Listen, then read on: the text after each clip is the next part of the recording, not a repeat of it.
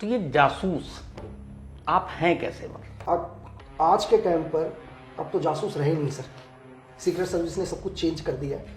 अब उनका काम जासूसी करना नहीं है सर, उनका काम है सिर्फ आदमी के बारे में पता करना, उसको खत्म करना सर। पता है कि मोसाद ये चीज़ें पहले कर चुका है, उसने बताया ऐसे ऐसे मारा है, तो उसका नुकसान भी तो हो सकता है कि उसका मोडस ऑपरेंडी ये है, तो उस दुश्मन को भी तो एक अलर्ट होने का मौका दे रहा है, वो ये सब कुछ बताकर खुलासा कर। नहीं सर, जरूरी नहीं है कि जो चीज़ आपको बताई जा रही है क्या सच में वही टारगेट है। आपकी नज़र में वाकई मोसाद इतना पावरफुल है, या एक ऐसी एजेंसी जिसके बारे में दुनिया में लोग जानते ही कम है, वो चाइना की खुफिया एजेंसी है? मैं ये कह रहा हूँ कि मेरे लिए दुनिया का सबसे खतरनाक दुश्मन वो है जिसके बारे में जानता नहीं हूँ सर। वो मेरे लिए दुनिया का सबसे खतरनाक दुश्मन है। हम दाऊद के खिलाफ कोई ऑपरेशन सक्सेसफुली अंजाम क्यों नहीं दे पाए? अगर एक पावरफुल आदमी से किसी को बचाया जा रहा है तो वो भी कोई ना कोई पावरफुल होगा ही जो दाऊद को सेफ रखने की कोशिश कर रहा है। मैंने सुना था आपके बारे में कि आपसे एक ऐसी गलती हुई थी कि एक शख्स को आपने मिस आइडेंटिफाई कर लिया, तो एक बार जेल में रहना पड़ा, तो आपको बार बार ये ख्याल आता था कि शायद उस गलती की वजह से। मेरे अंदर की आत्मा ने मुझे बोला, यार भाई लकी, ये पनिशमेंट तुझे क्यों मिल रही है?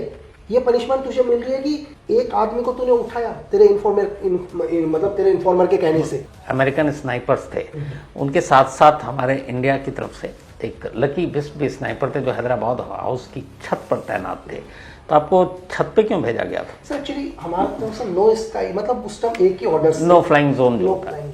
तो आदाब, नमस्कार, गुड इवनिंग, सत श्रीकाल। एक बार फिर आप तमाम लोगों का स्वागत है क्राइम तक की कहानी के एपिसोड में। उम्मीद है पूरी फैमिली अच्छी होगी, अपना और अपनों का ख्याल रखी होगी। रॉ, CIA, KGB, इसके अलावा मोसाद, MI6, MSS, इल्यूमिनाती, ये सारे नाम जब हम लेते हैं, आप में से बहुत सारे लोग इनको जानते भी होंगे, लेकिन इन नाम के पीछे की सच्चाई क्या है ये पता नहीं आप लोगों को कितना पता है।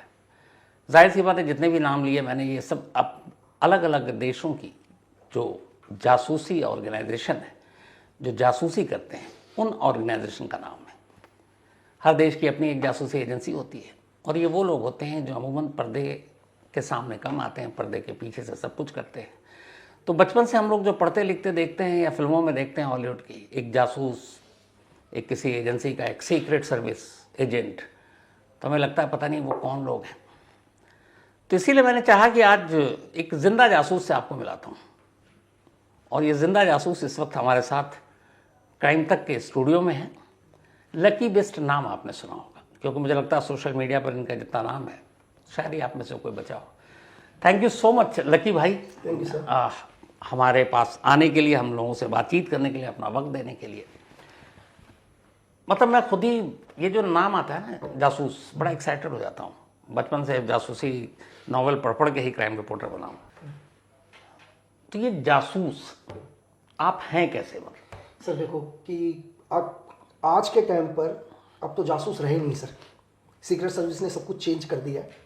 आज के टाइम पहले सीक्रेट सर्विस ने चेंज किया, मतलब जासूस अलग हो गए और सीक्रेट सर्विस अलग हो गए? वो नहीं एक्चुअली देखिए सर, जासूस पहले, अगर आप हिस्ट्री के ऊपर जाओ, चलो हिस्ट्री के ऊपर क्या होता था कि अगर आप महाभारत पर चले जाओ, रामायण पर चले जाओ, कि उन्होंने अपना एक जासूस भेजा, उसका काम सिर्फ इन्फॉर्मेशन को कलेक्ट करना था सर। ठीक है, आज की दुनिया की सीक्रेट सर्विस अब चेंज कर चुकी है सर। अब उनका काम जासूसी करना नहीं है सर, उनका काम है सिर्फ आदमी के बारे में पता करना, उसको खत्म करना सर। आज एक सीक्रेट सर्विस एजेंट के दुनिया में 3 ही टारगेट है सर। मतलब अब इन्फॉर्मेशन की जगह किलिंग? मैं आपको एक जासूस, एक एजेंट की टारगेट आपको बताता हूँ। जो एजेंट का सबसे छोटा टारगेट है ना सर, सबसे छोटा टारगेट है एक लीडर को खत्म करना सर। वो लीडर कोई भी हो सकता है, कोई पॉलिटिकल लीडर भी हो सकता है, किसी मिलिटेंट ग्रुप का लीडर भी हो सकता है। उसका सेकंड जो टारगेट है वो है किसी ऑर्गेनाइजेशन को खत्म कर देना, पूरी ऑर्गेनाइजेशन। वो कोई भी ऑर्गेनाइजेशन हो सकती है, चाहे उसको मिलिटेंसी में लिट्टे लेकर चलो, ISIS लेकर चलो, ठीक है। अब तीसरा जो उसका एक और टारगेट है सर, वो है किसी देश को खत्म करना सर। मतलब एक एजेंट का काम है उस देश को ही खत्म करना। अब लोग बहुत सारे क्वेश्चन करेंगे, यार देश कैसे खत्म होगा? ठीक है, ऐसा तो नहीं है कि यार 1945 की तरह एक और न्यूक्लियर गिरेगा, नहीं। मतलब देश खत्म होना कहने का मतलब है कि उस देश की इकोनॉमी सब कुछ क्रश कर देना सर, पूरा का पूरा। हजारों साल तक उस देश को क्या करना, एक कोल्ड वॉर में धकेल देना सर। ये सारे टारगेट है एजेंसी के। तो आप वो जासूसी वाला तो रहा ही नहीं ना सर, कि आप इन्फॉर्मेशन को लेकर आओ, ठीक है, इन्फॉर्मेशन को शेयर करो, ये सरकार वहाँ बात करेगी। उनका काम है आप सीधे डिसीजन करना। आपकी गवर्नमेंट को भी बाद में पता चलेगा कि आपकी एजेंसी ये कर चुकी है या किसी भी देश की सीक्रेट सर्विस ने ये काम कर दिया है। तो मैं लकी बिस्ट को फिर क्या मानूं? कौन सा वाला जासूस, इन्फॉर्मेशन कलेक्ट करने वाला, या फिर एक सीक्रेट सर्विस का जो एजेंट जो आप बात कर रहे हैं, आप जो काम हो गया वो वाला? सर देखो एक्चुअली क्या होता है कि जो भी दुनिया की सीक्रेट सर्विस है, मैं सिर्फ हमारी आरएनडब्ल्यू पर ही नहीं लाऊंगा। अब वर्ल्ड में एक ही तरह से काम करती हैं, चाहे वो हमारी आरएनडब्ल्यू हो, सीआई हो, एमडब्ल्यूएस हो, एक्सवाई एफएसबी हो, कोई भी हो, मतलब स्ट्रक्चर सबका सेम ही है। एक नॉर्मल क्या है, मैं आपको बहुत शॉर्ट शब्द में बता देता हूँ कि बहुत सारे, जैसे आपने दुनिया में बहुत सारी ऑर्गेनाइजेशन सुनी है, आप पुलिस भी देखते हो, एक constable, head constable, ASI, SI, then last DGP तक। तो आपने ये स्ट्रक्चर यहाँ कभी नहीं देखा। इसमें भी एक सिंपल स्ट्रक्चर सर, कि वो बंदा, अगर सपोज करो कोई सीआईए का बंदा है, वो सीआईए का ही एक एजेंट है, ठीक है। वो क्या करता है, एक नॉर्मल तरीके से किसी कंट्री के अंदर जाके अपना खुद का नेटवर्क स्टेब्लिश करता है सर। वो नेटवर्क उसका कितना स्ट्रांग है, एक एसेट, बहुत सारे लोगों ने बोला है एसेट एसेट एसेट क्या है, स्पैरो अलग होता है सर, एसेट अलग होता है, हैंडलर अलग होता है, इसमें भी डिफरेंट चीज है। एक एसेट, अगर कोई भी एक एसेट होगा किसी देश के अंदर, वो इंपॉर्टेंट आदमी, मैं स्पैरो को इतना इंपॉर्टेंट नहीं लूंगा सर। स्पैरो, अगर मैंने किसी को कोड दे दिया स्पैरो का, वो मुझे नॉर्मल इन्फॉर्मेशन दे रहा है, कोई अगर मैंने मीडिया के किसी आदमी को क्या कर दिया, अपना एक स्पैरो बना दिया, उसका कोड है स्पैरो, वो मुझे इन्फॉर्मेशन देगा। वो इन्फॉर्मेशन सही भी हो सकती है और गलत भी हो सकती है। 100% मैं उस इन्फॉर्मेशन पर ट्रस्ट नहीं करूंगा। यहीं पर एक एसेट आता है। एसेट क्या होगा, अगर मैं किसी को एसेट बनाता हूँ किसी भी देश के अंदर, वो एक इंपॉर्टेंट पोजीशन पर होगा सर, या तो आर्मी के बहुत अच्छी पोजीशन पर होगा, या पॉलिटिकल विंग के अंदर वो बहुत अच्छी पोजीशन पर होगा, या मीडिया के अंदर उसका बहुत बड़ा होल्ड होगा सर। उसकी जो भी इंफॉर्मेशन होगी वो 99.9% हद तक सही होगी। ये तो क्या है, ये इंफॉर्मेशन को कलेक्ट करना, ये सिर्फ एक इंफॉर्मेशन को पहुंचाना। अब ये फंडा पूरा चेंज हो चुका है, हम सीधे आ जाते हैं घोस्ट के ऊपर। घोस्ट तो लोगों ने सुना ही नहीं होगा सर। घोस्ट के अंदर भी क्या है, दुनिया की अलग अलग एजेंसीज अलग अलग कोड देती है सर। शैडो दे दिया किसी को, ब्लैक आइज दे दिया, नो फेस हो गए। ये दुनिया के अंदर वो लोग हैं सर, अगर सपोज करो कि सीआई का ही कोई नो फेस है, या सीआई का ही कोई शैडो है, या सीआई का ही कोई ब्लैक आइज है, वहाँ के प्रेसिडेंट को भी नहीं पता होगा सर मेरे देश के अंदर ये ब्लैक आइज था कभी, या शैडो था। मतलब वो कैसे करके पूरी दुनिया में अपना काम करके आ जाते हैं और फिर इन्हीं लोगों के साथ मिलजुल के रहते हैं। आपको पता ही नहीं होगा कि एक देश का जो नो फेस है वो हजारों किलिंग करके आ रखा है सर, और समाज में आराम से आपके यहाँ रह रहा है। यहाँ तक कि उसकी खुद की ऑर्गेनाइजेशन में भी बहुत कम, मतलब गिनती के जिनको आप अंगुलियों में गिन सकते हैं, उन्हीं लोगों को उसकी इंफॉर्मेशन पता होगी। अगर उन लोगों ने एक बार एजेंसी छोड़ दी तो दुनिया में उसके बारे में कभी किसी को पता ही नहीं होगा। तो ये तो हो गया कि पता नहीं होगा, लेकिन आज तो उल्टा है। जैसे बड़े बड़े ऑर्गेनाइजेशन को छोड़ दूं तो पता हो जाता है कि लोगों को, अच्छा ये कौन, ये कहाँ। अब तो खुद सरकार भी बता देती है कि हमारा ये ऑपरेशन हमने ऐसा किया। नहीं सर, देखो ऑपरेशंस बताते हैं। अगर आप मोसाद का देख लो तो मोसाद हमेशा अपने ऑपरेशन बता देता है, ठीक है। क्यों बताता है वो मोसाद? नहीं, ताकि सर दुनिया, देखो आपको मैं क्या चीज़ है, दो तरह का काम होता है सर। एक क्या होता है कि दुनिया के अंदर कोई भी लड़ाई कब जीती जा सकती है सर, पता है? लड़ाई को आप दुनिया में दो ही तरीके से जीत सकते हो। आप अपने एनिमी को तब खत्म कर सकते हो जब आप अपने एनिमी को जानते हो। दुनिया में आप अपने एनिमी को बिना जाने मतलब बिना जाने आप अपने एनिमी को नुकसान नहीं पहुंचा सकते सर। अगर मुझे अपने एनिमी के बारे में पता है तभी मैं अपने एनिमी को खत्म कर सकता हूं, क्योंकि मुझे पता है मेरे एनिमी के पास सपोज करो कि 100 सोल्जर्स हैं, एग्जांपल के लिए। मुझे पता है कि मुझे अपने एनिमी तक पहुंचने के लिए उन 100 सोल्जर को खत्म करना पड़ेगा, क्योंकि मैं अपने एनिमी को जानता हूं सर। मुझे उसकी कमजोरी भी पता है, मुझे उसकी ताकत भी पता है। तो एक तो क्या, अपने एनिमी को बिना जाने नहीं मार सकते। दूसरी चीज क्या होता है सर, मॉरल पर असर डालना। क्या होता है कि हम बताते हैं हम कितने पावरफुल हैं, ताकि आप सामने वाले का मॉरल डाउन कर सको। यहीं पे दो चीज़ें लगी, मैं टोक के पूछ रहा हूँ। आप जैसे कह रहे हैं ना कि एनिमी को पता होना चाहिए। जब एनिमी आपको पता होगा कि ये दुश्मन है तभी आप मार सकते हो, ठीक है। सेम उस एनिमी के लिए भी तो है, दुश्मन के लिए भी, कि ये पता है कि मोसाद ये चीज़ें पहले कर चुका है, उसने बताया ऐसे ऐसे मारा है, तो उसका नुकसान भी तो हो सकता है कि उसका मोडस ऑपरेंडी ये है, ये इस तरीके से ऑपरेशन करता है, इस तरीके से ऑपरेशन को अंजाम देता है। तो उस दुश्मन को भी तो एक अलर्ट होने का मौका दे रहा है वो, ये सब कुछ बताकर खुलासा कर। नहीं सर, जरूरी नहीं है कि जो चीज़ आपको बताई जा रही है क्या सच में वही टारगेट है। फॉर एग्जाम्पल के लिए क्या होता है, मैं आपको समझाने की कोशिश करता हूँ। एक थ्रेट डालती है, कंटिन्यू थ्रेट आता है कि सपोज करो कि पाकिस्तान में एक एग्जांपल लगा लो, एक लीडर है, कंटिन्यू थ्रेट आता है इस लीडर को मारने वाला। कहीं से इंफॉर्मेशन आई है, पहली बार ये इंफॉर्मेशन आईएसआई को मिली है कि मेरे इस लीडर को भी खतरा है, किसी से भी खतरा, किसी भी एजेंसी से। ये इंफॉर्मेशन मैं आपको पहले समझाने की कोशिश करता हूँ। वो उसके लिए क्या करता है, पूरी दुनिया, पूरी पाक का ध्यान, आईएसआई का ध्यान, पाकिस्तान आर्मी का ध्यान उसकी सिक्योरिटी के ऊपर आ जाता है, कंटिन्यू उसको मजबूत बनाया जाता है। लेकिन तभी क्या होता है, दूसरा टारगेट गिरा जाता है सर, टारगेट कोई और गिराए, दूसरा गिरा देते हैं। मतलब कहने का मतलब है कि जो दुनिया के अंदर एक चीज और है सीक्रेट सर्विसेज के अंदर, कि दुनिया में सबसे मुश्किल चीज है इंफॉर्मेशन को लाना, उससे भी ज्यादा मुश्किल चीज है गलत इंफॉर्मेशन आप तक पहुंचाना। वो उससे ज्यादा टफ है सर, कि आप सोच रहे हो कि मैं इंफॉर्मेशन लेकर आया हूं, क्या और वो ये भी किसी हो ने सकता फेक है कर दिया कि जानबूझकर, किसी ने वो इंफॉर्मेशन दी है, वो ज्यादा डेंजर है। दूसरी चीज इसी में मान लीजिए, जिस तरह से मोसाद, और मोसाद के बारे में मैं लोगों की राय देखता हूँ, उनको मानते हैं कि वर्ल्ड की बेस्ट सीक्रेट एजेंसी है, ठीक है। आप चूंकि ऑलरेडी रॉ में रहे एक लंबे वक्त तक, और आपने भी इस दुनिया में, जासूसी की दुनिया में तमाम चीज़ें देखी हैं, आपकी नज़र में वाकई मोसाद इतना पावरफुल है, या एक ऐसी एजेंसी जिसके बारे में दुनिया में लोग जानते ही कम है, वो चाइना की खुफिया एजेंसी है? सर बिल्कुल, अगर आप मेरे से पूछो, मेरे लिए दुनिया, मैंने अभी थोड़ी देर पहले उसी क्वेश्चन के ऊपर दोबारा कि मैं ये कह रहा हूं कि मेरे लिए दुनिया का सबसे खतरनाक दुश्मन वो है जिसके बारे में जानता नहीं हूं सर, वो मेरे लिए दुनिया का सबसे खतरनाक दुश्मन है। एक चीज मुझे बताओ कि सर चाइना तो पावरफुल है ना? हाँ। अगर चाइना पावरफुल है तो इसका मतलब कि MSS ने भी दुनिया में ऑपरेशंस करे होंगे। तो आज तक उन्होंने कभी अपने ऑपरेशंस नहीं बताए, क्यों, किस तरह से अपने ऑपरेशन करते हैं। यहाँ अपने मोसाद बोलती है कि मैंने 2000 किलोमीटर दूर से एक एनिमी को किल कर दिया। CIA भी बताती है ना, रॉ भी बता देती है, RNW भी बताती है, तो चाइना क्यों नहीं बताती? सर मैं आपको चाइना का बताऊं सर, आप चाइना जाओ, आप जैसी चाइना जाओ, आप गाड़ी चला रहे होंगे ना सर, MSS को ये पता चल जाता है कि भाई इस आदमी के रेटिना मैच नहीं कर रहे हमारे यहाँ से। इतनी पॉपुलेशन होने के बाद भी उनके रोड के ऊपर MSS को एक मैसेज जाता है कि फलाने नंबर की गाड़ी में जो आदमी चला रहा है वो गाड़ी इसके नाम पर भी नहीं है और गाड़ी कोई और ड्राइव कर रहा है। अब पहली बार वहां की सीक्रेट सर्विस, अब उन एडवांस देखो, उनको तो ये पता चल जाता है कि हमारे देश के अंदर ये एक आदमी है जो चाइना को बिलोंग नहीं करता। उनका सर्वेलेंस देखो ना सर आप, मतलब रोड पर चलते हुए आदमी को लोग पकड़ लेते हैं। अगर चाइना के अंदर एक चीज और है कि अगर आपने कार्ली का भी नाम सुना हो, एक बहुत बड़ा, अगर आपने आर्म्स में नाम सुना हो साथी का, बिल्कुल। आज तक लोग कहते हैं, बहुत सारी एजेंसीज कहती हैं कि चाइना के अंदर है, चाइना से ऑपरेट करता है। लोगों को दाऊद के बारे में पता है, लोगों को उस आदमी के बारे में नहीं पता जो न्यूक्लियर डील कर रहा है। लोग दाऊद बोलते हैं, लेकिन कार्ली के बारे में लोगों को पता ही नहीं है। FBI के पास भी अगर हल्की फुल्की कोई फोटो आई है तो FBI ने वो शेयर करी है CIA को। आपने दाऊद का नाम ले लिया अचानक। हमारी जो खुफिया एजेंसी है, बहुत सारे और अलग अलग ऑपरेशन हुए, अलग अलग पुलिस के जरिए हुई।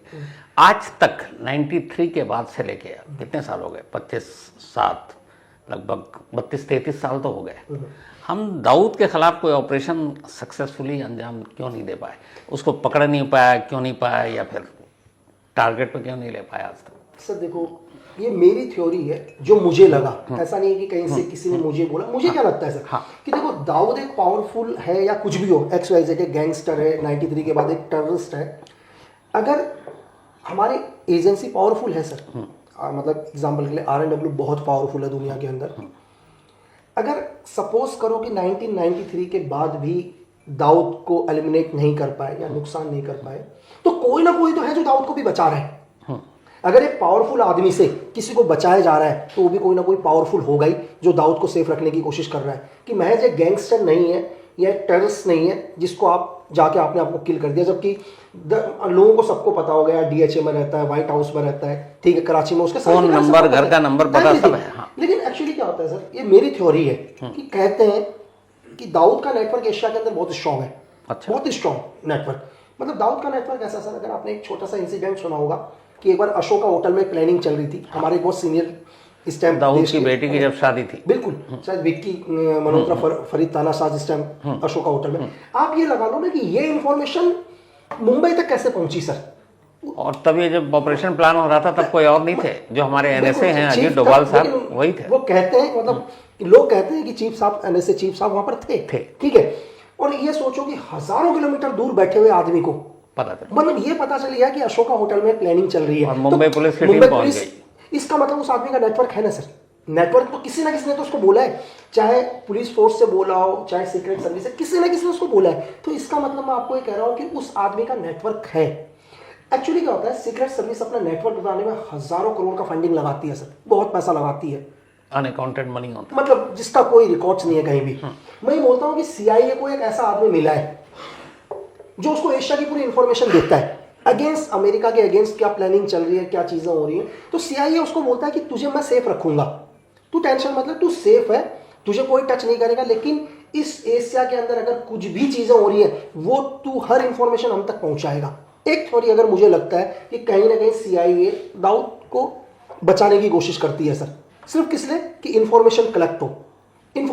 CIA को पैसे से कोई मतलब नहीं है सर, ठीक है, CIA को कोई पैसे, कोई कहती है दाऊद को तुझे जितना कमाना है कमा, तू कमा, बट मुझे इंफॉर्मेशन चाहिए, तू सेफ लेकिन रहेगा। साहब CIA पे तो शुरू से इल्ज़ाम लगता रहा है। जब USSR था अफगानिस्तान में, जिस तरीके से जब ये तालिबान का जन्म हुआ, उस वक्त अलकायदा को खड़ा करना, ओसामा बिन लादेन को, फिर बाद में बगदादी को, जितनी भी जगह पर है, तो पहले तो ये उन लोगों को हथियार भी देती है, ट्रेनिंग भी देती है, खड़ा कर देती है। तो ये सही है कि CIA के लिए मतलब ये बैड क्रिमिनल, गुड क्रिमिनल, ये सबका कोई मतलब नहीं है, बस उनको अपना फायदा, अपनी इंफॉर्मेशन। सर देखो क्या होता है कि US अपनी धरती में आज बहुत पावरफुल है, लेकिन बनाता क्या, वेपन ही बनाता, वेपन ही है ना। बाकी हर चीज भारी बना रहा है सर, लेकिन अपनी धरती में सिर्फ वेपन बना रहे हैं। सर देखो, दुनिया को, एजेंसी को कोई फर्क नहीं पड़ता 1000 लोग मरे, लाख लोग मरे, उन्हें कोई फर्क नहीं पड़ता सर। अपना एक न्यूक्लियर टेस्ट करने के लिए, इसका इफेक्ट क्या है करने के लिए, जो मतलब हजारों लाखों लोगों के ऊपर एक न्यूक्लियर गिरा सकते हैं सर। आप कह रहे हैं ना कि एजेंसियों को फर्क नहीं पड़ता, 1000 लोग मरे, लाख लोग मरे, आप भी एक एजेंसी का पार्ट रहे हैं, आपने भी कुछ ऐसे ऑपरेशन को अंजाम दिया होगा, कुछ लोग मरे होंगे, आपको कभी फर्क पड़ा? सर देखो, मैं आपको मेरी थ्योरी बताऊं कि दुनिया का कोई भी सोल्जर सर, किसी भी देश का सोल्जर XYZ, वो देश के लिए काम कर रहा है, नहीं, मेरे दिल में उसके लिए रिस्पेक्ट है, मरने तक रिस्पेक्ट होगी सर। वो चाहे दुनिया के किसी भी मुल्क का सोल्जर हो, मैं उसके लिए बहुत रिस्पेक्ट करता हूं, लेकिन मेरा धर्म है मेरी देश की रक्षा करना जी। जब बात मेरे धर्म पर आती है तो मैं रिस्पेक्ट भूल जाता हूं सर, भूल जाता हूँ। लेकिन एक मैं असल में जानना चाहता हूँ कि चूंकि आप जो भी हैं, जैसे पुलिस वाले भी हैं, यूनिफॉर्म में, वर्दी में, अपने फौज के भी लोग हैं, एक इंसान जब दूसरे इंसान को मारता है तो उस वक्त क्या फील होता है? सर मैं आपसे एक चीज पूछता हूँ सर कि मतलब जान तो सब में ही है ना सर। हाँ, जान तो ऐसा नहीं है कि इंसान में ही है, अगर ईश्वर ने बनाया इस धरती में तो जान सब पर है सर। हाँ बिल्कुल। जान तो एक छोटे से डॉगी के बच्चे पर भी है, एक मुर्गी पर भी है। तो जब आप अपने खाने के लिए मुर्गी को भी मारते हैं तब दर्द नहीं होता सर? आपका स्वाद क्या होता है, मुझे खाना है, लेकिन जान तो आप तब भी रहे हैं ना सर। बिल्कुल सही। लेकिन आपके माइंड में नहीं है, आपके माइंड में सिर्फ मुर्गी है सर। आपके माइंड में क्या है, मुर्गी है, इसलिए आपको कोई पेन नहीं होता कि मुर्गी के मरने से आपको दुख हो। सीक्रेट सर वो हर आदमी जो मेरे देश का नहीं है जी, है ना, अगर उसकी वजह से मेरे देश में हल्का सा भी नुकसान होता है तो सेम है सर, फिर कोई फर्क नहीं पड़ता है सर। ये जो पूरा ऑपरेशन होता है, कभी ऐसा हो आपके करियर में कि लगा कि कोई गलत आदमी को टॉर्चर कर दिया है, गलत आदमी गलत जगह पर गलती से पहुंच गया, जिसका अफसोस हुआ कभी? नहीं सर, अफसोस है, देखो है तो सब चीजों से हट जाते हैं। आप कितना भी स्ट्रांग बनने की कोशिश करो धरती में, अगर आप बोलो यार दुनिया के अंदर आपसे ज्यादा स्ट्रांग कोई है ही नहीं, लेकिन कहीं ना कहीं सर एक सुई के नोक के जितना आपको भी चीजें लगती है जब आप अकेले बैठते हो। क्या होता है, कई बार कुछ चीज ऐसी होती है जो दिमाग में घर कर जाती है। तो गलती मेरे से भी हुई है सर, अगर, क्योंकि ऐसा नहीं है कि मैं ही भगवान हूँ सर कि मैं जो कह रहा हूँ वही सब कुछ सही है। तो लाइफ के अंदर हुआ है कि मेरे से भी बहुत, अगर मैं उस टाइम मजबूत रहता, अगर मेरे को लगता है मैं, क्या होता है कई बार हम, क्या होता है सर, हम अपने कुछ एक चीज के लिए यार हमारे को लगता है हमारा नुकसान हो जाएगा, हमारा छोटे से नुकसान के लिए हम किसी का कितना बुरा कर देते हैं हमें खुद पता नहीं चलता सर।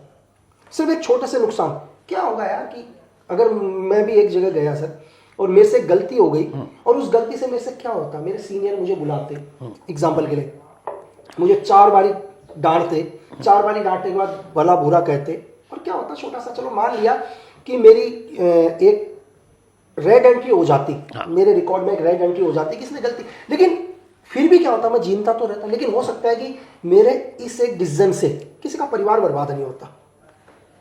मैंने सुना था आपके बारे में कि आपसे एक ऐसी गलती हुई थी कि एक शख्स को आपने मिस आइडेंटिफाई कर लिया, वही और वो मतलब कसूरवार नहीं था, और फिर उसके साथ जो कुछ हुआ, और उसके बाद जब आपके साथ हुआ, जब आपको एक बार जेल में रहना पड़ा, तो आपको बार बार ये ख्याल आता था कि शायद उस गलती की वजह से नहीं सर, मैं एक्चुअली क्या हुआ, मैं जेल में था, तो यार मुझे लगा कि भाई मेरे ग्रैंडफादर ने पूरे देश के लिए अपना सर्वोच्च बलिदान दिया, मेरे फादर ने आर्मी को पूरा जीवन दिया।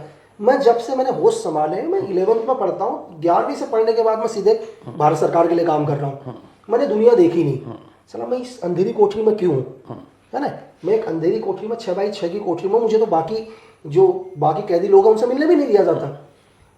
तो मैं कुछ चीज भूल गया था, अचानक मेरे जहन में ये चीज याद आ गई, यार मेरे अंदर की आत्मा ने मुझे बोला, यार भाई लक्की ये पनिशमेंट तुझे क्यों मिल रही है, ये पनिशमेंट तुझे मिल रही है कि तूने भी एक दिन क्या हुआ कि सिर्फ एक आदमी को तूने उठाया तेरे इन्फॉर्मर के कहने से, थोड़ी देर के बाद मुझे पता चल गया था कि भाई ये इनोसेंट है, मुझे पता चल गया इनोसेंट आदमी है उस देश के अंदर, नहीं है इसकी गलती, मतलब इतने आधे घंटे में समझ में आ जाता है।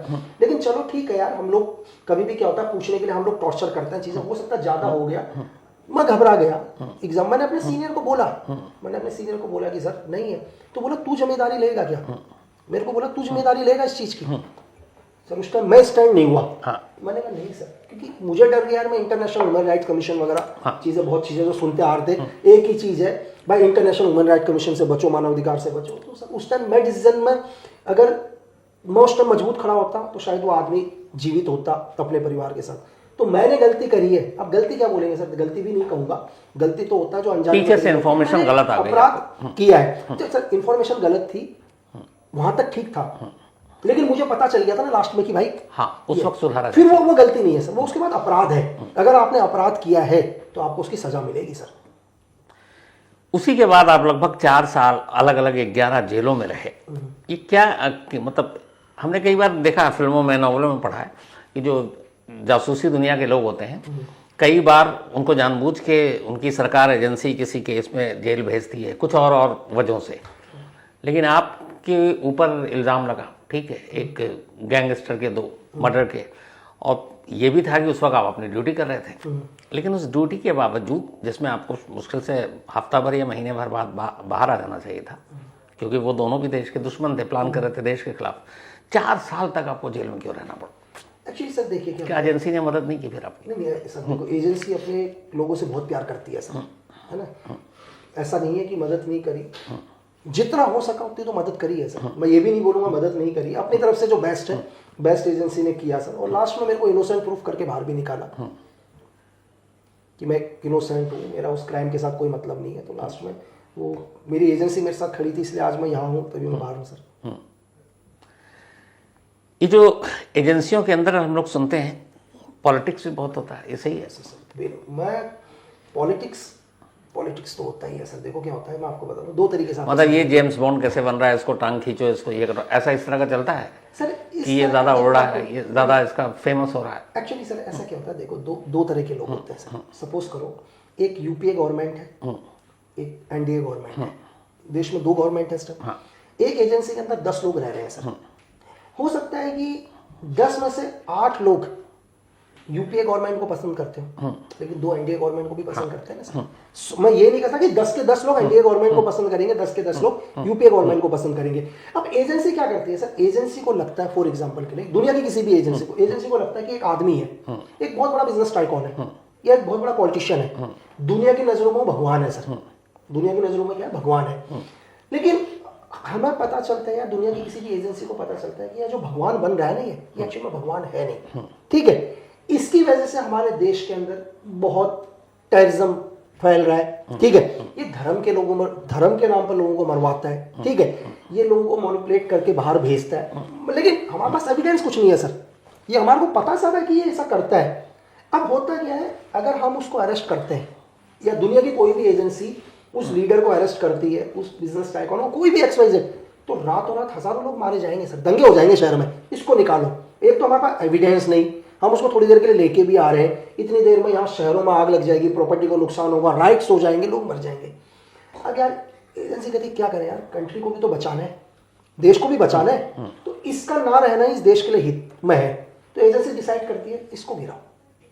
ऐसा इसीलिए कई बार होता है जब हमारे खुद अपने एजेंट कहीं विदेश में पकड़े जाते हैं। हालांकि ये भी मैंने सुना ट्रेनिंग का पार्ट होता है कि अगर वो पकड़े गए और खुलासा हो गया कि ये इस एजेंसी से जुड़ा हुआ है, तो फिर हम उसको डिसऑन कर देते हैं, हम उसको पहचानने से इनकार कर देते हैं। सर वो तो लॉ है सर। देखो अब देखो मैं आपको चीज़ें बताऊंगा, वो तो है ही डेफिनेटली सर। अगर आप सुनाओ तो आज भी हमारे बहुत सारे, अगर चाहे पाक जेल के अंदर, वो तो जिनका मैं पता है बता रहा हूँ सर, जिनका आपको मीडिया में पता है। अगर जिनका मीडिया में नहीं पता, वो तो कितने लोग होंगे आप सोच भी नहीं सकते।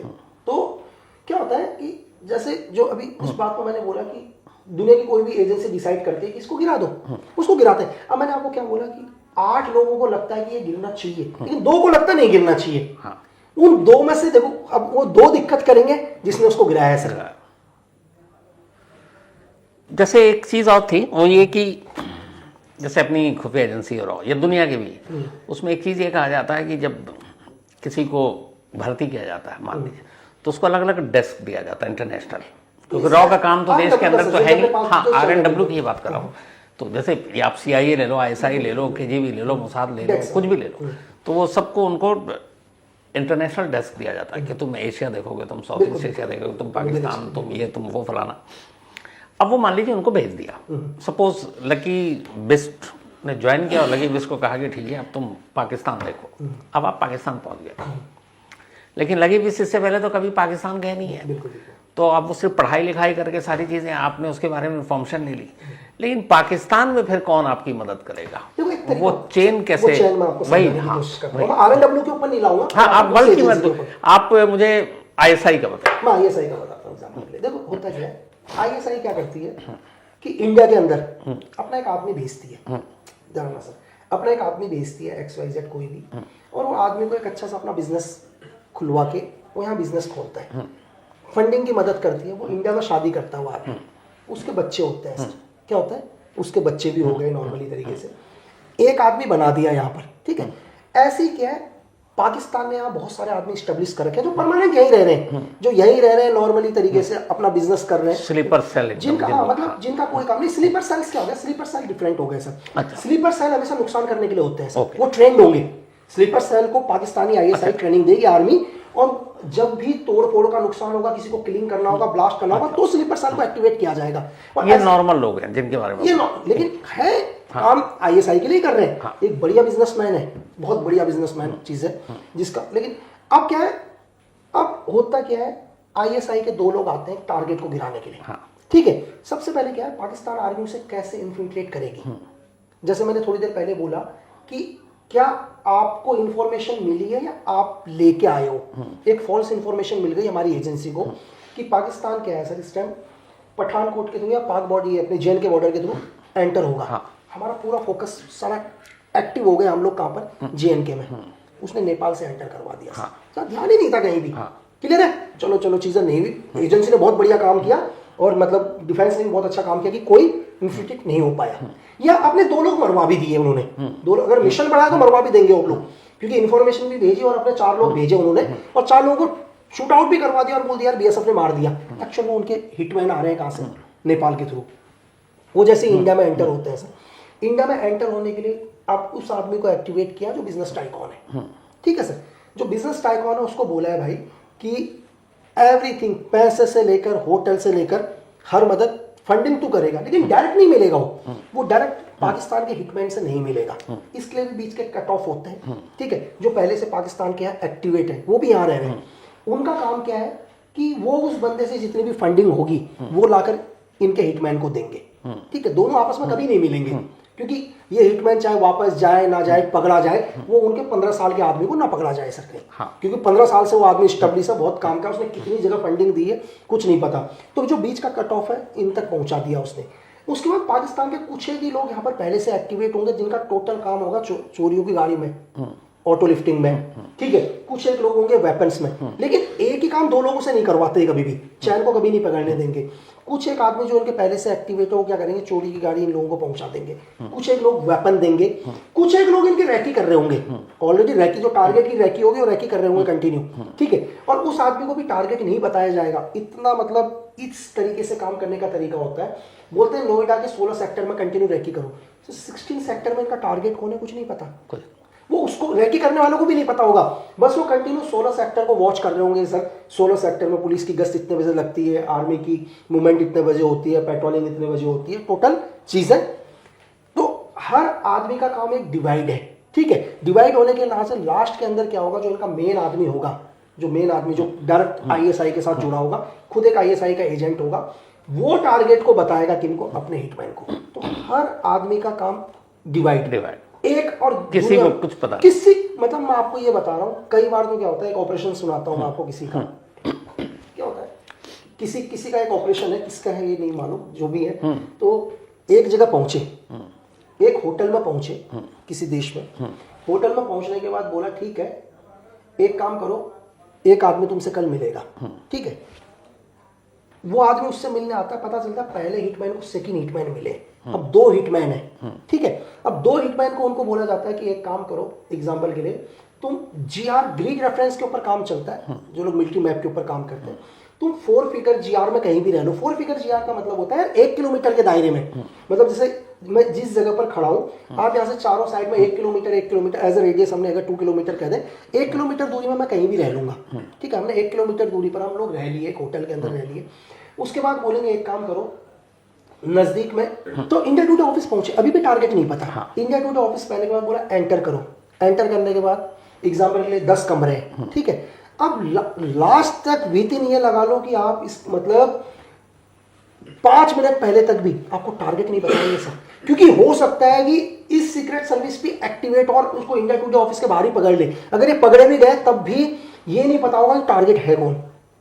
लास्ट टाइम में आपको बताया जाएगा फलाने रूम के अंदर फलाना टारगेट, मतलब इतना हाई। अगर यहां भी पकड़े गए, क्योंकि इन्हें वो टारगेट दोबारा गिराना है, पकड़ा जाए तो दूसरे के बारे में भी नहीं पता ही नहीं होगा सर। और इनका काम करने का तरीका भी कैसे होगा, आप इनके ऊपर सर्वेलेंस कर लो, कुछ भी कर लो, 1 बाय 1 आप इनके मोबाइल भी निकाल लो, उस मोबाइल से आप तीसरे आदमी तक कभी नहीं पहुंचोगे।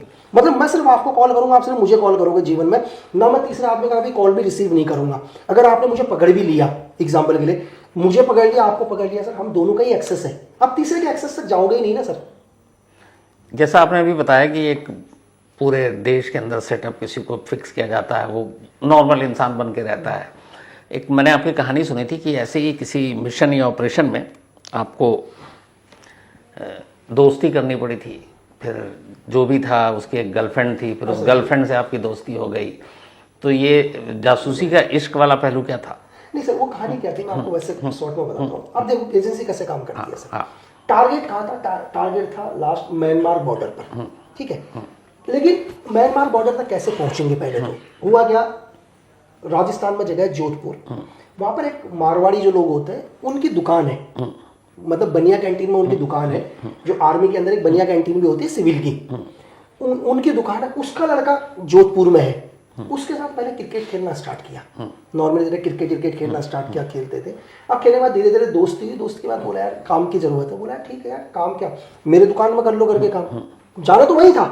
अब उसने बोला यार, मैंने कहा भाई हलवाई वलवाई का तो नहीं आता, बोला नहीं कोई बात नहीं भाई, बेच तो देगा चीजें। अब वहां से क्या, अब एजेंसी का आप ये देखो कि इतना सीक्रेट कि आर्मी को भी नहीं पता कि जो मतलब हमारे जो बनिया कैंटीन में काम कर रहा है वो भी क्या है, हमारी फोर्स का एक हिस्सा है। देखो सीक्रेट सर्विस क्या है, सीक्रेट सर्विस भी देश का एक हिस्सा है। यहाँ भी आर्मी से भी डेपुटेशन जा रहे हैं, IPS भी डेपुटेशन, ज्यादातर डेपुटेशन पे आते हैं, डेपुटेशन पर ही जा रहे हैं सबके सब।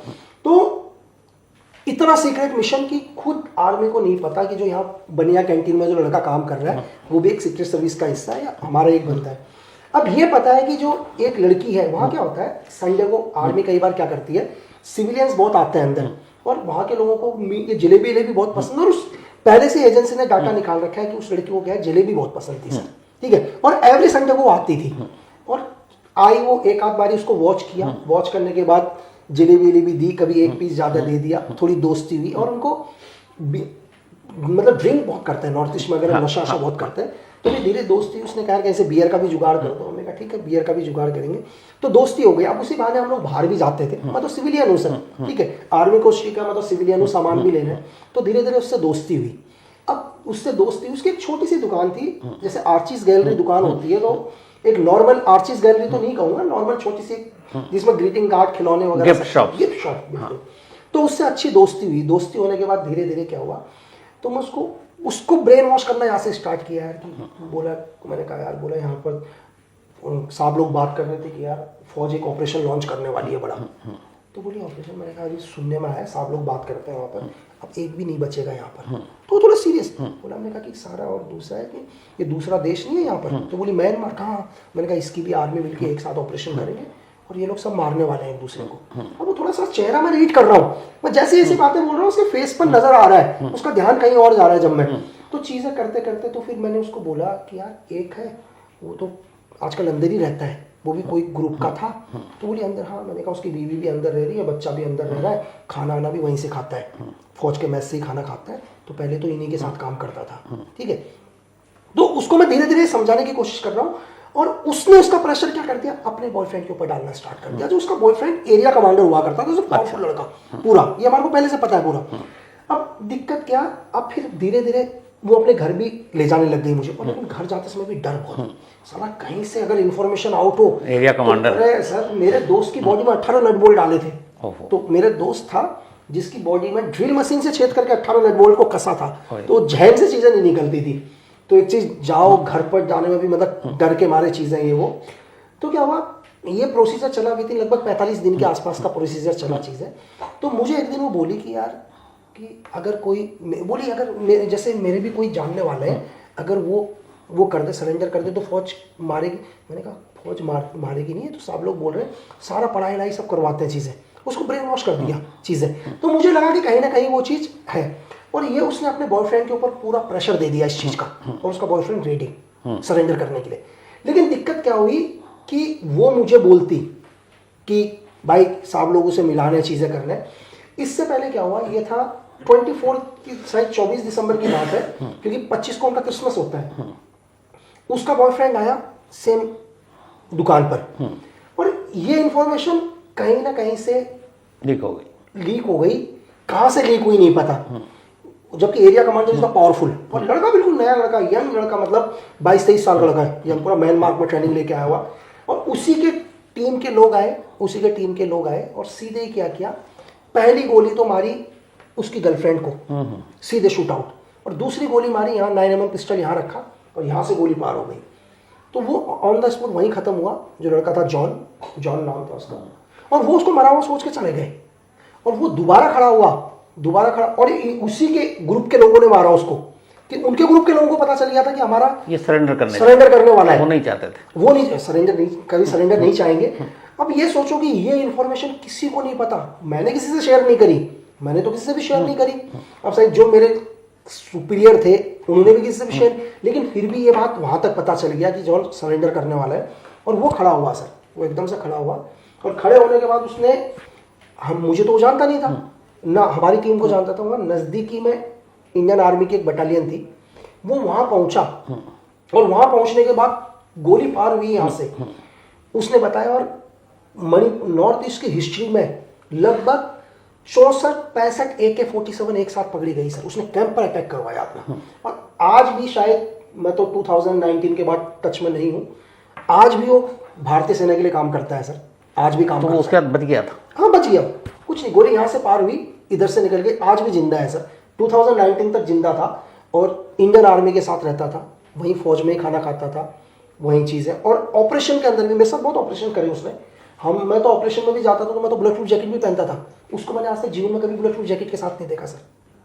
तो बाद में उसको पता चला कि आपने उसकी गर्लफ्रेंड को एक तरह से ब्रेन वॉश किया था? नहीं, मुझे कभी नहीं पता चला सर। नहीं, गर्लफ्रेंड से आप उसके मिले, ये भी उसको नहीं पता? नहीं, ये उसको कुछ नहीं पता चला। और मुझे भी दुख हुआ कि जो उस लड़की कभी हिस्सा ही नहीं थी सर, वो इनोसेंट थी।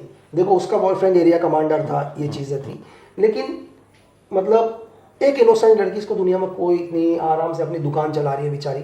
उसका एक ही कसूर था कि उसका बॉयफ्रेंड एरिया कमांडर था, और वो चाहती थी सरेंडर करना, लेकिन तो उन लोगों ने, जिन्होंने मारा, उनको ये लगता था कि शायद इसकी गर्लफ्रेंड इसका ब्रेन वॉश कर रही है सरेंडर के लिए, इसलिए उसमें कुछ तो लगा होगा, तभी शूट आउट कर दिया सर।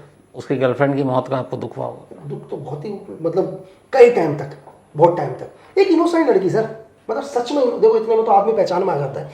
उसकी सिर्फ एक ही गलती थी, मैं आपको बोला ना कि उसका बॉयफ्रेंड एक एरिया कमांडर था सर, सिर्फ उसकी इतनी गलती थी। 19 तक आप रहे, फिर कभी जॉन से मिले थे? नहीं, उसके बाद कभी नहीं मिला सर, कभी नहीं, कोई कांटेक्ट नहीं, कोई कांटेक्ट नहीं। और ऑपरेशन बहुत करे साथ में जब तक रहा, और हमेशा साथ में नहीं रहा, क्योंकि 19 से पहले आपने कई ऑपरेशन किए साथ में, लेकिन तब भी उसको भनक नहीं लगी? भनक नहीं लगी। एक्चुअली क्या है, वो हमसे ज़्यादा समझता है सर मिलिटेंसी को, मुझसे ज़्यादा वो समझता है। उसको पता है, इन्फॉर्मेशन भी उसके पास आती है, इन्फॉर्मेशन हमसे पहले उसके पास आती है, हम उसी के कहने से चलते थे। और लेकिन उसमें भी हमेशा ध्यान रखते हैं हम लोग, कहीं डबल ट्रैप ना हो, अम्बुश हमारे खिलाफ ना हो कभी भी। उसको आपकी असलियत पता चली थी? नहीं, कभी, जब तक मैं था तब तक तो कभी नहीं पता चली।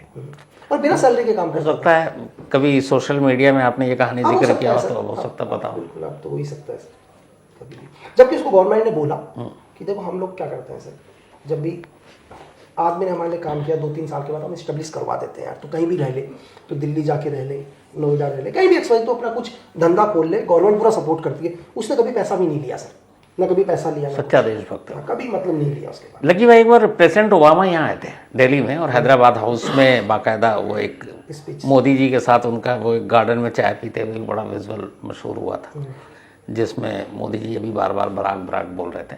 और उस हैदराबाद हाउस की उस मीटिंग में जो अमेरिकन स्नाइपर्स थे, उनके साथ साथ हमारे इंडिया की तरफ से एक लकी बिस्प भी स्नाइपर थे जो हैदराबाद हाउस की छत पर तैनात थे। तो आपको छत पे क्यों भेजा गया था? सर एक्चुअली हमारे तरफ से नो स्काई, मतलब उस टाइम एक ही order, no flying zone no flying zone sir. लेकिन उस टाइम मुझे एक चीज, इंडिया गेट और उस पूरे एरिया से कोई भी प्लेन मतलब नहीं उड़ेगा, कोई प्लेन नहीं, कोई रडार नहीं, कोई एयरक्राफ्ट नहीं, कुछ भी एयर पर कुछ भी हो तो उसको गिरा दो सर, सीधे ऑर्डर्स थे सर। कोई भी प्लेन हो, कोई भी हो, सीधे गलती से कोई पैसेंजर प्लेन गुजर जाए, XYZ कुछ भी सर, सोचना नहीं है, सोचना नहीं, ऑर्डर से सीधा गिरा दो सर। तो आप कैसे गिराते?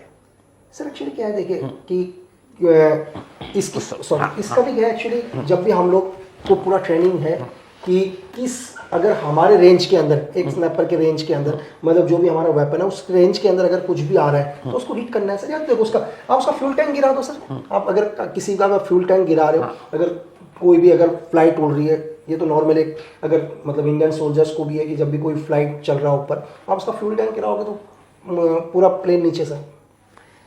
एक मैंने विल स्मिथ की फिल्म देखी थी जिसमें एक चलती ट्रेन में एक टारगेट था, और वो एक पहाड़ी पे बैठा हुआ और दूर से निशाना लेता, और चलती ट्रेन में फिर एक अचानक छोटी सी बच्ची आती है और कुछ सेकंड का टाइम है, ट्रेन टनल में जाने वाला, और वो शूट करता और पहला निशाना ये एकदम काम कर देता है। ऐसी एक कहानी आपकी थी कि आप कई 600 या 800 मीटर दूरी पर थे और एक जगह कहीं ऑपरेशन था, और उसमें एक जो भी टेररिस्ट या जो भी था, और वो एक ऊंचाई पर बैठा हुआ है, और आपके पास एक ही मौका है, क्योंकि उसके बाद अगर वो मिस हो गया और भाग गया तो दोबारा पकड़ा नहीं जाएगा। वो क्या कहानी थी? सर एक्चुअली क्या है, देखिए इन्फॉर्मेशन थी कि मतलब ये लोग हाइड आउट वगैरह बना के रहते, तो नॉर्मली थे वो लोग, और बैठे हुए थे नॉर्मल। ऐसा नहीं कि मैं बोलूँगा कि मेरा टारगेट बहुत मूव फास्ट था, कोई मूव फास्ट नहीं था, इतना वो भी नहीं था, और मौसम वगैरह भी मेरा क्लियर था, ऐसा नहीं था। जो भी मेरा फील्ड ऑफ फायर था बहुत क्लियर था, जिस जगह भी मैंने पोजीशन ली थी। तो लगभग 840 का डिस्टेंस था, 140 मीटर, 840 मीटर के आसपास का डिस्टेंस था। तो क्या है कि जब भी मैं रेंज में फायरिंग करता था सर, जब भी हम लोग फायरिंग रेंज में प्रैक्टिस करते थे एज ए स्नाइपर से, तो जो मैंने लास्ट जो फायरिंग किया है, एक हम लोग मटका होता है, एक मटका, हम मटके के साइज का हेड लगाते हैं, क्योंकि एक आदमी का सर इतना ही बड़ा होता है, छोटे मटके का जितना। तो वहां भी मैंने 5 सेंटीमीटर का ग्रुप मारा है, मतलब जो मेरे 5 राउंड मारे हैं, लेकिन 5 सेंटीमीटर के अंदर है, तो ठीक है, फायरिंग इतना बुरा नहीं है, अच्छा ही है। और यहाँ पर तो क्या है, टारगेट बहुत नजदीक भी है सर, लेकिन क्या है वहां पर मेरा टारगेट जो था, अगर वहाँ गोली मिस भी हो गई तो मुझे दोबारा चांस मिलेगा। यहाँ पर मेरे सबसे बड़ी दिक्कत क्या चल रही थी, ये मुझे मौका दोबारा नहीं मिलेगा सर, और जिंदगी भर के लिए मेरी एजेंसी हमेशा इस बात के लिए मुझे टोकेगी। उससे भी ज्यादा चीज क्या थी कि जब भी बात आएगी उस बात के लिए हमेशा टोकते हैं, तेरी वजह से तो ये हुआ था करके, है ना। तो पहले मैंने उसका नॉर्मली लिया कि एक हेड के ऊपर नॉर्मली लिया, बैठा हुआ था वो, कुछ मतलब उनकी नॉर्मली जो लोकल दारू होती है, चावल आवल की दारू, वो लोग पी रहे थे वो लोग, क्योंकि बाद में जो वहाँ मिला था वही था। तो मैंने लिया, फिर मुझे थोड़ी देर के बाद लगा नहीं यार साला मिस हो जाएगा। ये मुझे एहसास हुआ उस दिन कि जब आदमी रियल ग्राउंड पर काम करता है तब क्या महसूस होता है, और जब ट्रेनिंग में करता है तब क्या करता है। जबकि मैं मारता तो हो सकता, आज मुझे लगता तो मैं नॉर्मली मार देता, लेकिन फर्स्ट टाइम था तो मुझे खुद पर ही भरोसा नहीं रहा कुछ टाइम तक। मैंने कहा नहीं यार साला, क्योंकि स्नाइपर का राउंड है तो हाथी को भी गिराता है। मैंने कहा एक काम करता हूँ, नीचे पीठ पर मारता हूँ, इस पर भी नहीं बचना है, क्योंकि स्नाइपर वो हाथी को भी ले जाता है सर, इतना बड़ा तो राउंड आता है उसका। तो फिर मैं हल्का सा मैंने नीचे लाया, नीचे लाने के बाद एक ट्रिगर प्रेस किया, और वो पीठ की तरफ जो आपने निशाना लिया, तो पीठ के आगे क्या, दिल की तरफ या किधर? हाँ, हार्ट पर ही, हार्ट पर सर, हार्ट पर। वो पूरा निकाल के ले जाएगा सर। पीछे तो हल्का सा क्या होगा, हल्का सा एक मतलब ये लगा लो कि आगे से खुलता हो जाता है। हाँ, 7.5 mm का एक मतलब 7.25 से लेकर 7.5 mm तक का एक हॉल होगा, आगे से तो 2-1 kg मांस निकाल के ले जाएगा सर, ठीक है। तो एक हल्का सा वो और माइक्रो सेकेंड का है सर। उस माइक्रो सेकेंड में मतलब सब कुछ याद आ गया, मतलब बड़ा दुख हुआ है क्या हो गया करके, कुछ दिखाई नहीं, मतलब बहुत ही अजीब सा लग गया, मतलब कि मतलब ट्रेनिंग, मतलब मैं आपको नहीं बता सकता नहीं कैमरे में कि उस सेकंड में मुझे पूरा ट्रेनिंग से लेकर मैंने कहा यार ये क्या गलती हो गई मेरे से, मेरा निशाना ही चूक गया, मतलब बहुत ही मॉडल डाउन। और एकदम से क्या देखता हूँ कि धन से वो नीचे गिरता है, तब मतलब ऐसा लगा यार, मतलब मैं आपको मतलब माइक्रो सेकंड के बाद वो गिरा। मतलब माइक्रो सेकंड के बाद आपको ऐसा लगा, मैं आपको वो फीलिंग्स नहीं बता सकता कि जैसे आप सपोज करो कि अगर आपने कोई लॉटरी पर कोई वो लगा रखा हो और 1 लाख लोगों में से आपका इनाम निकल जाए, तो वो जो आपको खुशी मिलेगी कि, तो वो था सर। लेकिन लकी साहब ये भी सुना है कि जब आपकी सारी ट्रेनिंग हो गई थी, उसके बाद आपको पहली बार जब एग्ज़ाम दिया जा रहा था, वो ये था कि एक टेररिस्ट सामने था और आपसे आपके सुपीरियर ने कहा था कि इसको गोली मारो, और आपने इनकार कर दिया था। सर वो क्या था? एक्चुअली क्या है ना सर, देखो वो हुआ क्या था, हमारी कस्टडी में एक आदमी टेररिस्ट था सर। देखो मिलिटेंट है, वो जितनी इन्फॉर्मेशन उससे निकालनी है तो निकाली सर। तो शाम फिर उसको फायरिंग रेंज में ले जाके शूट आउट, तो मैं भी बैठा सर, मुझे थोड़ी ना पता कि यार, मैं भी नॉर्मली तरीके से गया, नया नया ही था सर मैं बिल्कुल। तो मैं गया, अब जाने के बाद उसके हैंड कप पीछे की तरफ लगे हुए थे, तो उससे आखिरी इच्छा पूछ ली सर उसकी। तो बोला मैं प्रेयर करना चाहता हूँ। तो भाई अब प्रेयर के लिए कौन मना करेगा, बोला प्रेयर कर ले भाई। तो बोला हाथ नहीं खोलने, इसके ऐसी प्रेयर करेगा, आंखों में पट्टी बांधी थी उसने। अब वो प्रेयर करने के लिए घुटने के बल बैठा, उसकी प्रेयर ही खत्म नहीं हो रही सर। बड़ा टाइम हो गया, 2-3 मिनट हो गए, प्रेयर खत्म नहीं हो रही है उसकी। प्रेयर लंबा खींचता जा रहा है, प्रेयर लंबा खींच रहा हूँ, कुछ बोल रहा हूँ, उसकी प्रेयर खत्म नहीं हो रही। तो मेरे सीनियर ने मुझे इशारा किया करके, अरे सर मैं पूजा कर रहा है यार, पूजा करते हुए आदमी को कौन मारेगा यार, एक तो हाथ बंधा हुआ और एक पूजा करते हुए आदमी को, है ना सर। तो मैं तो कर दिया, अब इतनी देर में तो गुस्सा हो गए, तो मैं कर दिया करके। तो इतनी देर में दूसरे को इशारा किया, दूसरे ने ठक ठक ठक मारा सर। ठक ठक ठक मारने के बाद एक राउंड में तो उसने ऐसी आवाज़ की जैसे कोई आप किसी बकरे वकरे की गर्दन काटो कैसे निकलती है आवाज़ लगी। तो फिर भाई उसने तो मेरी कंप्लेन हो गई सर ऊपर करके, इसका तो बोला सर तो कोर्ट मार्शल करो यार सर, है ना। अब कोर्ट मार्शल करो तो भाई मेरे को बुला दिया शाम को। अब मेरी पूरी प्रोग्रेस रिपोर्ट भी, जो हम लोगों का जो ट्रेनिंग का होता है पूरा का पूरा, वहाँ गया। तो पहले तो डांट, मतलब मेरे को लगा कि आज कुछ ना कुछ करेंगे, लेकिन मेरे को गुस्सा था सर। मैंने कहा चलो ठीक है यार, प्रेयर कर रहा है यार आदमी, प्रेयर करते हुए आदमी को कौन मारेगा यार। तो सीनियर ने जो बैठे थे सामने, उन्होंने बोला यार इसके तो रिकॉर्ड्स अच्छे हैं यार। बोला, मैंने कहा सर प्रेयर कर रहा था। बोला यार ऐसी चीज़ नहीं होती, ऑर्डर्स तो आपको फॉलो करने पड़ेंगे, बोला चीज़ है ना। तो बोला देखो एक चीज़ है, बोला यहाँ पर कोई धर्म नहीं होता और सर्वधर्म भी है, ठीक है। देश पहले, हाँ देश पहले, कोई धर्म नहीं, धर्म बाद में सर। तो ठीक है सर, लेकिन बोला यार लड़का बहुत अच्छा है यार। बोला एक काम करते हैं, ये इसको कोर्स के लिए भेजते हैं, ग्रेडिंग भी अच्छी लेके आएगा। तो मैं भी खुश सर कि यार मेरे को चलो कुछ नहीं, मेरे को कोर्स के लिए, जैसे ही मैं कोर्स के लिए गया वहाँ, तो एक ने मेरे को पूछ दिया भाई। बोला क्या हुआ, बोला क्या गलती करी है तुमने। अब मैंने सर वैसे कोई गलती करी होगी, मैंने यार मैं ऊपर से नीचे तक देखा कि मेरी ड्रेस रस तो सही है, यूँ करके 2-3 बारी मैंने देखा, किसी ने नहीं। मैंने कहा सर ठीक है, नहीं बोला ये गलती नहीं। बोला वहाँ तुमने क्या करके आए हो। मैंने कहा सर वहाँ तो कुछ नहीं करके। तो बोला ठीक है। तो मैं समझा सर, मुझे फिर समझ में आया भाई मुझे कोर्स के लिए नहीं भेजा, ये मैंने जो गलती करके सजा, क्योंकि डिफेंस के अंदर आपको सजा कैसे देंगे सर। देखो हाथ थप्पड़ तो आपके ऊपर मारेंगे नहीं, ये चीज तो करेंगे नहीं। सजा आपको कैसे देंगे, आपको उस जगह भेज देंगे जहां आपको समझ में आ जाएगा भाई कि मेरे को मेरे पिताजी याद आ गए करके, तो वही सजा है सर। तो वहाँ सजा क्या मिली, किस तरह की? मतलब सजा इस तरह की मिली कि मैं भाई 39 डेज हर रोज सिर्फ 2 ही घंटा सो पाया सर। अच्छा, ठीक है, और 40-40 किलोमीटर दौड़ा, ठीक है, 30-30 केजी वजन लेकर सर। मतलब ये लगा लो कि वहाँ के इंस्ट्रक्टर ने बोला मुझे कि जब तक तुम जिंदा रहोगे, एक एक्सरसाइज थी, इस एक्सरसाइज को कभी नहीं भूलोगे मरने तक। तो ऐसा कोई आदमी नहीं था जो उस एक्सरसाइज में गया जिसके हाथ पैर नहीं टूट रखे थे सर। तो वो एक तरह का पनिशमेंट है सर। तो 39 दिन के बाद फिर आपको लगा कि सर मैं फिर मुझे समझ में आ गया था उसके बाद, तो मतलब कि सारे ऑर्डर फॉलो किया आपने? मतलब सुनना ही नहीं है सर। मतलब एक चीज़ है कि जो सीनियर ने बोल दिया वो गॉड ने बोल दिया। मैं बार बार एक ही चीज़ समझ में आ गया था उसके बाद, तो डायलॉग एक ही था सर। सीनियर का एक डायलॉग हमेशा याद है कि दिमाग का इस्तेमाल मत करो, दिमाग लगाने वाले दिल्ली में बैठे, सिर्फ ऑर्डर फॉलो करो। तो इसके बाद फिर पहला मौका तो आपने गंवा दिया था। पहली बार फिर लाइफ में आपको दूसरा मौका कब मिला कि किसी टेररिस्ट या किसी को कहा गया चलो लकी बेस्ट, मतलब आप ऑर्डर दिमाग दिल्ली में रख के? फिर तो सर मैं ऑर्डर्स, डूज एंड डॉन्स हमारे को दिल्ली की तरफ से मिले हुए थे सर। हर ऑपरेशन में जाते समय दोनों लेटर पकड़ा देते थे, इतना था वो कि कहीं भी जाओ तो डूज, बाद में एक ही काम था, उन ऑर्डर को पकड़ना और फाड़ के डस्टबिन में डाल देना, क्योंकि उनके हिसाब से चलेगा तो फिर नहीं होगा सर। अगर उनको मैं फॉलो करने लग गया भाई, तो अब मैं दुनिया का कोई ऑपरेशन ही नहीं कर सकता सर। कुछ गिनती याद है आपको? नहीं गिनती तो खाओ नहीं। एक चीज़ बताइए लगी भाई, आप सिर्फ 2019 में, मतलब एकदम आपने प्राइम पे था तब आपने क्यों फोर्स या एजेंसी सारी चीज़ें छोड़ने का फैसला किया? सर एक्चुअली क्या हुआ, मुझे लगा, मतलब लाइफ में सब देखा सर। लाइफ में मैं आपको बताऊं, मैंने बड़े पॉलिटिशियन भी देखे हैं सर। अगर आप दुनिया के सबसे बड़े मिलिटेंट बोलो वो भी देखे हैं सर। छोटा सा चोर भी देखा हुआ है सर। तो हर लाइफ देखी सर, और मुझे लगा कि यार नहीं, यार मुझे कुछ और करना चाहिए सर, मैं और कुछ करना चाहता हूँ। तो मैंने अपने सीनियर को बोला कि सर अब मैं कुछ और करना चाहता हूँ। बोले क्या करें यार? मैंने कहा सर मैं दिखना चाहता हूँ, है ना। तो क्या हुआ सर, मैंने मिसिंग, अगर आपने देखा हो कि हम लोग मिसिंग 54, मिसिंग 51 आपने सुना होगा, तो जिनके बारे में मुझे लगा, उनको मैंने वो पढ़ा सर, मेरे एक सीनियर ने मेरे को दिया यार, बोला यार इनसे सीखो कुछ। तो मुझे लगा यार इनके बारे में दुनिया को पता चलना चाहिए। और बहुत सारे ऐसे लोग हैं जो आज भी काम कर रहे हैं सर। अगर हम अभी यहाँ पर बैठकर पॉडकास्ट कर रहे हैं या कहानी कर रहे हैं, तो दुनिया में कोई ना कोई है जो अभी भी ऑपरेशन कर रहा है सर, लेकिन उस इंसान को दुनिया में कभी कोई मेडल नहीं मिलेगा सर, ठीक है। वो गायब भी हो जाएगा तो दुनिया को कभी पता भी नहीं चलेगा कि हमारा भी था। तो मुझे लगा कि यार लोगों को, ऐसे लोगों के बारे में पता चलना चाहिए।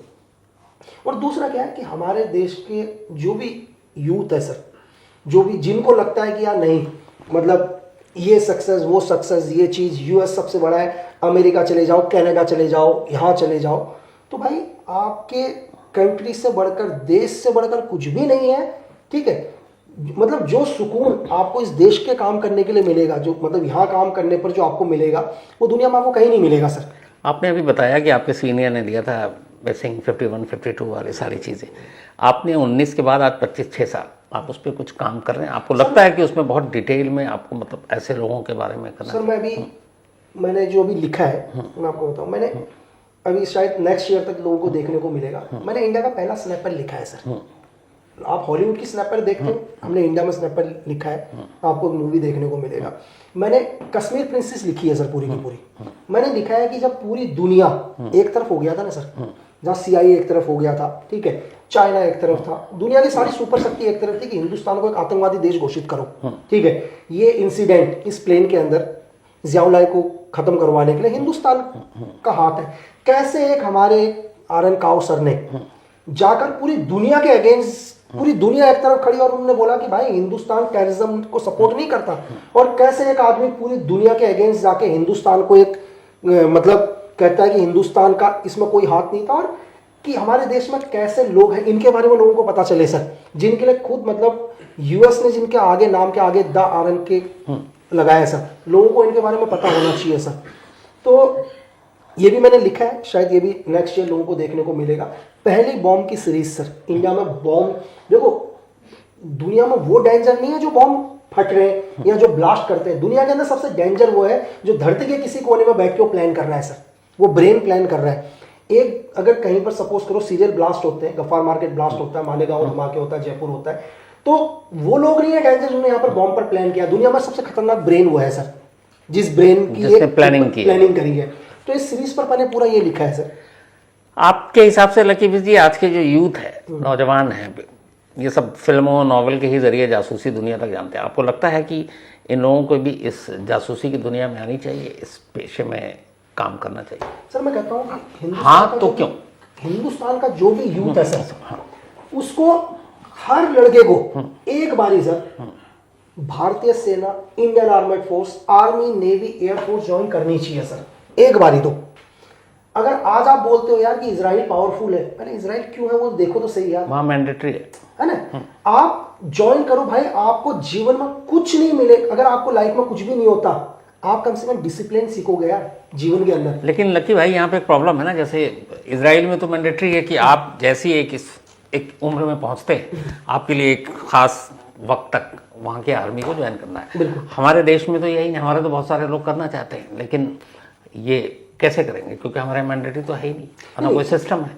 ना कोई कानून है। नहीं बिल्कुल सर, एक्चुअली क्या है सर, देखो कि अगर हर आदमी करना चाह रहा है, अब ऐसा नहीं है कि यार हर आदमी, अगर आप में है, आप में अगर है आपकी यार मुझे करना है, आपका फिजिकल अच्छा है, मेडिकल आप बिल्कुल फिट हो, लेकिन आपका फिजिकल नहीं भी आप मेहनत करोगे तो हो जाएगा सर। दुनिया के अंदर ऐसी कोई चीज नहीं है जो इम्पॉसिबल है धरती के अंदर। इम्पॉसिबल चीज तो दुनिया में कुछ भी नहीं है सर। एक बार आप ठान कर तो देखो सर कि आपको करना है, ठीक है। जरूरी नहीं यार कि आप पैसे के लिए ही करना है। कुछ लोग तो बोलते हैं कि यार नहीं कि 4 साल के बाद हमें भी वापस चले जाएंगे, हम क्या करेंगे यार, ठीक है। चलो अगर आप 4 साल कुछ भी नहीं करते तो क्या कर रहे हो सर? सपोज करो 4 साल तक आपको जॉब नहीं भी मिल रही है, आप जॉब के लिए जा रहे हो, तब भी तो आपने कुछ नहीं किया ना सर। आप Indian army, air force, navy join करो। नेवी ज्वाइन करने के बाद और आप और मेहनत करो, आप स्पेशल फोर्स का हिस्सा बनो यार, आप और ईमानदारी से काम करो, आप कोर्सेज में बेस्ट ग्रेडिंग लेकर आओ, आप हिंदुस्तान की सीक्रेट सर्विसेज का हिस्सा बनो। मैं सिंपल आपको ऐसा बताता हूँ कि कहने का कि इस धरती में अगर आप आए हो सर, दुनिया के अंदर ऐसा कोई भी नहीं है जीवन में जो हमेशा जिंदा रहेगा, कोई नहीं है सर। आप और मैं यहाँ बैठे हैं सर, ये जगह ऐसी रहेगी, 50 साल के बाद आप और हम नहीं होंगे। बिल्कुल सही, ये ऐसी रहेगी सर, 50 साल के बाद हम होंगे ही नहीं सर। लेकिन ऐसा है कि इस दुनिया में कभी भी आप कोई अच्छा काम करते हो, ये दुनिया के अंदर सबके साथ होगा कि जो भी इंसान सच में अच्छा काम करता है ना यार, चाहे लोग उसके बारे में कुछ बोले या ना बोले, उसको संतुष्ट आत्मा से जरूर मिलती है सर। वो रहे ना रहे, उसकी बातें, उसकी कहानियां, उसके किस्से रहते हैं। आप रात के टाइम अगर आप अकेले भी बैठे होंगे तो आपको लगेगा यार मैंने एक अच्छा काम किया है। सोचो कि आपको एक छोटा सा अच्छा काम करने में कितना सुकून मिलता है सर। अगर आप इस देश के लिए यार कुछ करोगे, 140 करोड़ जनसंख्या के लिए कर रहे हो, आपको कितना सुकून मिलेगा। और सिर्फ इंडियन मतलब भारतीय सेना हो, इंडियन आर्मड फोर्स हो, कोई भी, ये एक ऐसी लाइफ है सर जहां पर आपको दोनों साइड जीत है, यहाँ हार नहीं है। बिल्कुल आपने सही कहा। बल्कि मैं तो ये भी कहता हूँ कि ज़रूरी नहीं है, अगर आपके अंदर देशभक्ति है, जज्बा है, कुछ करना चाहते हैं, आपको जब जो जहाँ जैसे मौका मिले आपको ज़रूर वो अच्छा काम करना चाहिए, इसलिए ताकि आप इस देश का फ़र्ज़ भी उतार सकें और एक इंसानियत की मिसाल भी कायम कर सकें। बहुत बहुत शुक्रिया लकी भाई। बस आपसे शिकायत यही था कि आपने बड़ा शॉर्ट अपना करियर रखा। हम लोग चाहते थे कि और लंबा जाए, लेकिन अब जिस फील्ड में आप उतरे हैं उसके लिए तमाम बेस्ट विशेस। और आपकी जो भी सीरीज़ या जितनी भी आप चीज़ें लिख रहे हैं, एक जासूस के कलम से जो लिखा जाता है उसको पढ़ने का मज़ा अलग है। तो मुझे इंतज़ार रहेगा आपके सारे नए वर्क्स का, नए प्रोजेक्ट्स का। All the best. Thank you so much. Thank you.